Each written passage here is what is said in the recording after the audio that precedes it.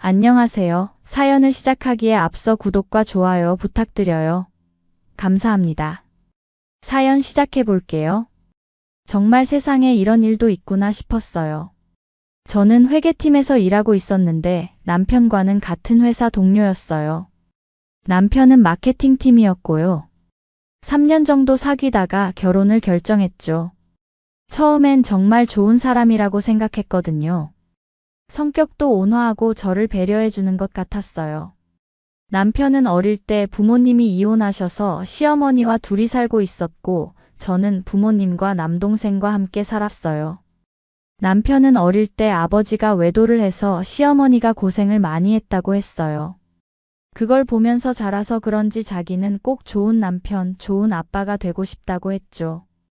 사귀면서 은근히 남편이 시어머니를 많이 챙기고 끼고 도는 모습을 봤어요.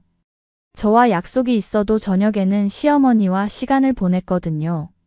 처음에는 워낙 어릴 때부터 시어머니가 남편을 혼자 키우면서 고생하셨다고 들었어서 그래서 남편이 어머니 걱정을 많이 하는 줄로만 알았어요. 효자구나 싶어서 오히려 좋게 봤죠. 그런데 연애 2년 정도 되면서 결혼 이야기가 나왔을 때였어요. 남편이 은근히 말을 꺼내더라고요. 자기는 평생 어머니랑 같이 살았다면서 결혼해서 같이 사는 건 어떻겠냐고 물어보는 거예요. 저는 그때 확실하게 말했어요. 결혼을 하면 자식도 부모도 독립을 해야 하는 것이 맞지 않냐고. 저는 친정도 마찬가지고 결혼해서 합가할 생각은 없다고 했어요. 결혼하면 우리 둘이 새로운 가정을 이루는 게 맞다고 생각한다고 분명히 얘기했죠. 그때 남편이 좀 아쉬워하는 것 같았지만 그래도 알겠다고 하더라고요. 그 이후로는 그런 얘기를 안 했어요. 오히려 신혼집을 구하자고 먼저 제안하기도 했고 시어머니 혼자 사는 것에 대해서도 괜찮다는 식으로 말했거든요. 그래서 저는 남편이 제 의견을 받아들인 줄 알았어요. 시어머니도 만날 때마다 우리 며느리 신혼집 예쁘게 꾸미고 알콩달콩 살아야지라고 하시면서 지지해 주시는 것 같았고요. 서로 부모님께 인사드리러 갔을 때도 별 문제가 없었어요. 시어머니께서도 저를 무척 마음에 들어 하시는 것 같았거든요. 상견례 때도 분위기가 화기애애했죠. 양가 부모님들께서도 서로 잘 어울려 주셨고 결혼 날짜도 순조롭게 정해졌어요. 그리고 본격적으로 결혼 준비를 시작하면서 남편과 함께 이곳저곳 발품을 팔아가며 집을 알아봤어요. 그런데 의견이 좀 갈렸어요. 남편은 처음부터 34평 신축 아파트를 매매로 사자고 하는 거예요. 저는 좀 달랐어요. 너무 무리하지 말고 차근차근 하자는 생각이었거든요. 이 문제로 꽤 많이 다퉜어요. 남편은 계속 34평 신축 매매를 고집했고 저는 구축이어도 좋으니 대출을 적게 받는 쪽으로 전세를 얻자고 했거든요. 솔직히 신혼인데 그렇게 넓은 집이 꼭 필요한가 싶었어요. 그리고 아이가 생기기 전에 지출을 줄이고 저축을 많이 하는 게 나을 거라고 생각했어요. 대출이자도 다 지출이니까요. 결국 서로 의견을 조율해서 29평 아파트로 전세를 얻기로 했어요. 10년 된 아파트였는데 생각보다 깔끔하고 괜찮았죠. 저희는 서로 부모님께 손 벌리지 않고 그동안 모은 돈으로 반반씩 하기로 했어요. 서로 반반씩 보증금을 내기로 하고 모자른 건 전세 대출을 받기로 했어요. 가구랑 가전은 남편 카드로 결제를 했어요. 어차피 같이 갚아나갈 거니까요. 그렇게 저희는 결혼식까지 무사히 마치고 제주도로 신혼여행도 다녀왔어요. 정말 행복했죠. 드디어 제 가정을 꾸리게 된다는 생각에 설레기만 했어요. 신혼집도 예쁘게 꾸며놨고 뭔가 이제는 나는 안정적인 가정을 꾸려야겠다는 생각에 뿌듯하기까지 했어요. 그리고 남은 건 혼인신고였어요. 남편은 빨리 혼인신고를 하자고 서둘렀어요. 남편도 저와 같이 설레임에 들떠있다고 생각했죠. 그런데 마침 제가 회사에서 맡은 큰 프로젝트 때문에 너무 바빠서 미루게 됐어요. 결혼식 전후로 정말 정신이 없었거든요.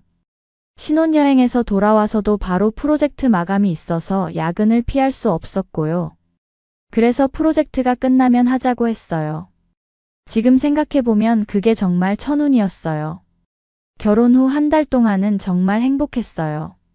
시어머니께서도 자주 연락하시면서 신혼생활 어떠냐고 물어보시고 맛있는 반찬도 가져다 주시고 했거든요.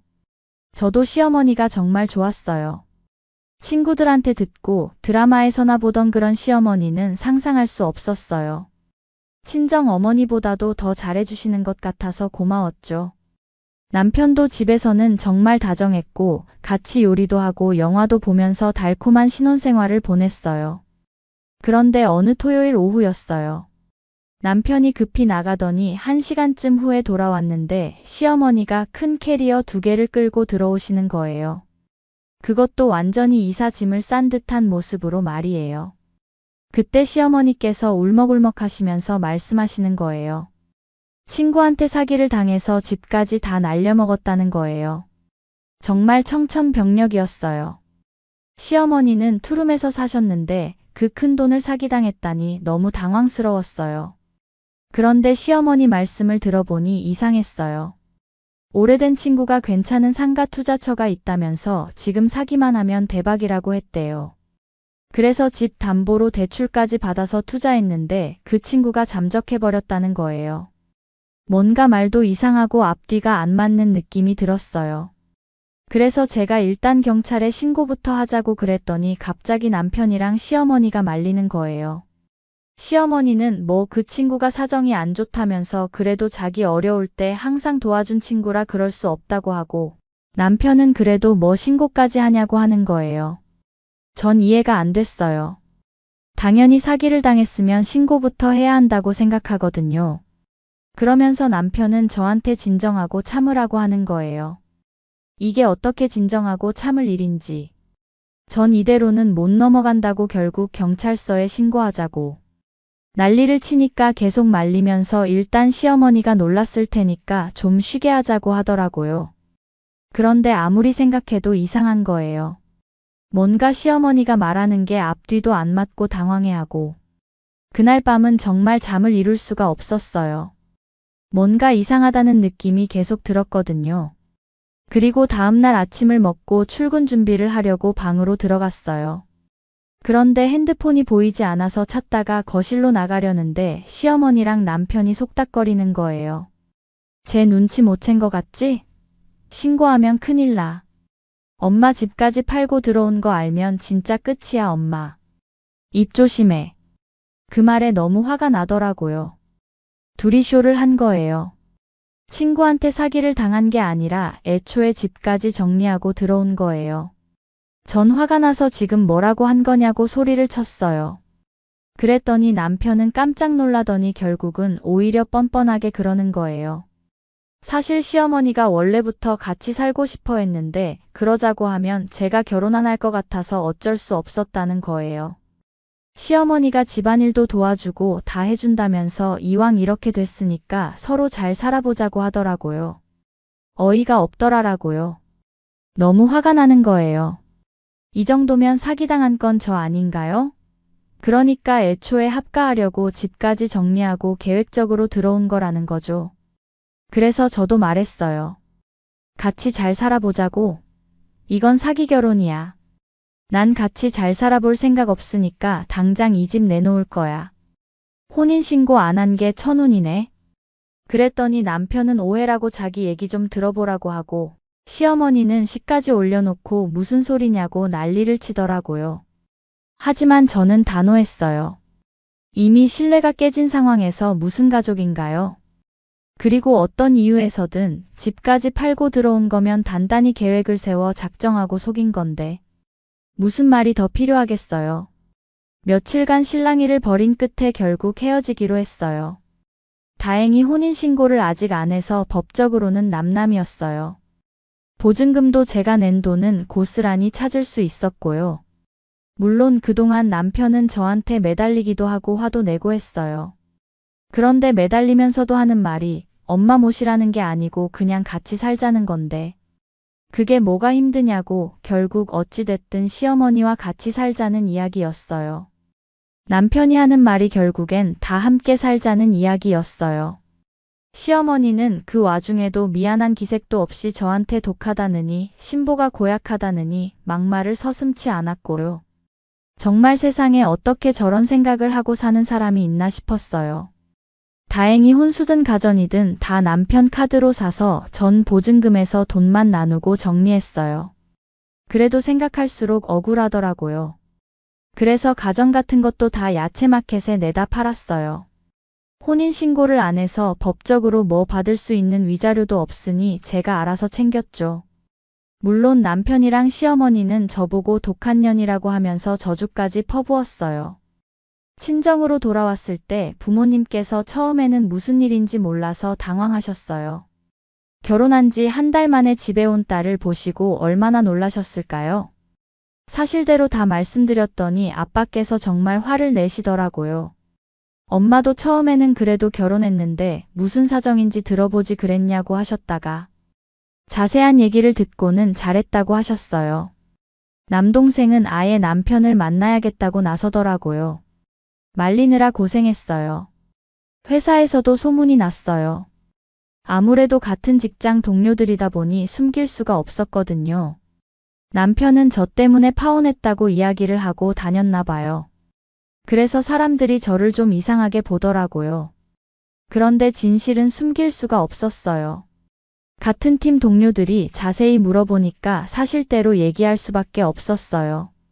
남편이 먼저 이상하게 이야기를 하고 다니니 제 입장에서도 가만히 두고 볼 순 없었거든요. 그러니까 금세 회사 전체에 퍼진 거예요. 남편은 그 이후로 회사에서 완전 주인공이 됐어요. 원래 서글서글해서 좋게 평가받던 사람이었는데 이 일 이후로는 아무도 상대를 안 해주더라고요. 특히 여자 동료들이 완전히 등을 돌렸어요. 마케팅팀에서도 은근히 따돌림을 당했고요. 결국 3개월쯤 후에 남편이 사직서를 냈어요. 더 이상 버틸 수가 없었던 모양이에요. 소문도 소문이지만 업무에서도 제대로 협조를 안 해주니까 일이 안 됐을 거예요. 남편이 사직하고 나서 한 번 저에게 연락이 왔어요. 다시 생각해 볼 수 없냐면서 자기가 잘못했다고 하고 시어머니도 반성하고 있다고 하더라고요. 하지만 저는 단호했어요. 이미 끝난 일이라고 연락하지 말라고 했어요. 그 이후로는 연락이 없었어요. 나중에 들은 얘기로는 남편이 다른 지역으로 이사를 갔다고 하더라고요. 시어머니와 함께 말이에요. 결국 둘이 의지하고 살아가는 모양이에요. 친정 식구들은 처음에는 걱정을 많이 했어요. 하지만 시간이 지나면서 제 선택이 옳았다는 걸 인정해 주셨어요. 친구들도 처음에 얘기했을 때는 정말 잘했다고 했어요. 오히려 저보다 더 화내면서 어떻게 그런 사기를 칠 수 있냐고 분노하더라고요. 시어머니랑 남편 둘 다 정말 뻔뻔하다고 욕을 해주더라고요. 지금은 6개월이 지났는데 정말 잘한 선택이었다고 생각해요. 만약 그때 참고 넘어갔다면 평생 시어머니와 함께 살아야 했을 거예요. 그것도 제가 모르는 사이에 계획된 일이었다는 걸 알면서 말이에요. 이번 일을 통해서 느낀 게 많아요. 예전 같으면 그래도 결혼까지 한 사이인데라며 참고 넘어갔을 수도 있어요. 그런데 요즘은 시대가 많이 변했잖아요. 잘못된 건 잘못된 거고 굳이 참고만 산다고 모든 게 풀리는 건 아닌 것 같아요. 특히 저를 속이고 계획적으로 사기를 친 것은 절대 용서할 수 없었어요. 사랑하는 사람 사이에 신뢰가 무너지면 그건 더 이상 사랑이 아니거든요. 앞으로는 더 신중하게 연애를 해야겠어요. 상대방의 가족까지 충분히 알아보고 특히 결혼 전에는 모든 게 투명해야 한다고 생각해요.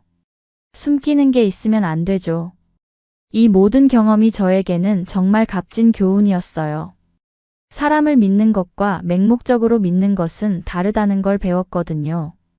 그리고 무엇보다 제 자신을 지킬 줄 아는 것이 중요하다는 걸 깨달았어요.